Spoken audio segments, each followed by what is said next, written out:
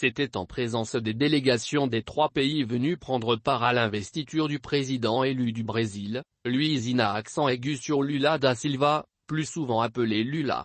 C'est des retrouvailles entre frères d'une même famille.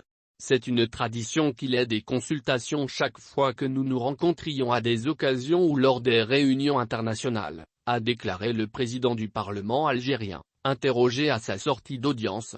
Brahim Bougali a, parlant des sujets abordés avec le chef du gouvernement, souligné que la rencontre a été mise à profit pour assurer les frères maliens de la disponibilité constante de l'Algérie pour arriver à une résolution définitive de la crise dans le cadre du respect de l'intégrité territoriale et de l'unité du Mali.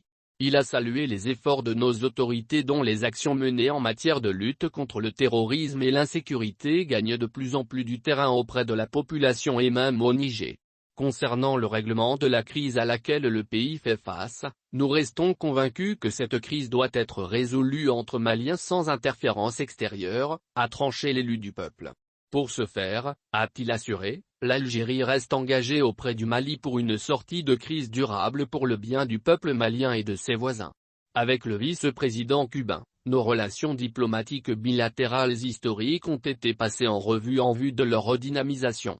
Ces collaborations se rapportaient à la santé, au sport, à la culture. Nos relations doivent se renforcer. L'ancien président, le commandant Fidel Castro, rappelait toujours que Cuba a une dette historique envers l'Afrique, a témoigné le vice-président de la République de Cuba.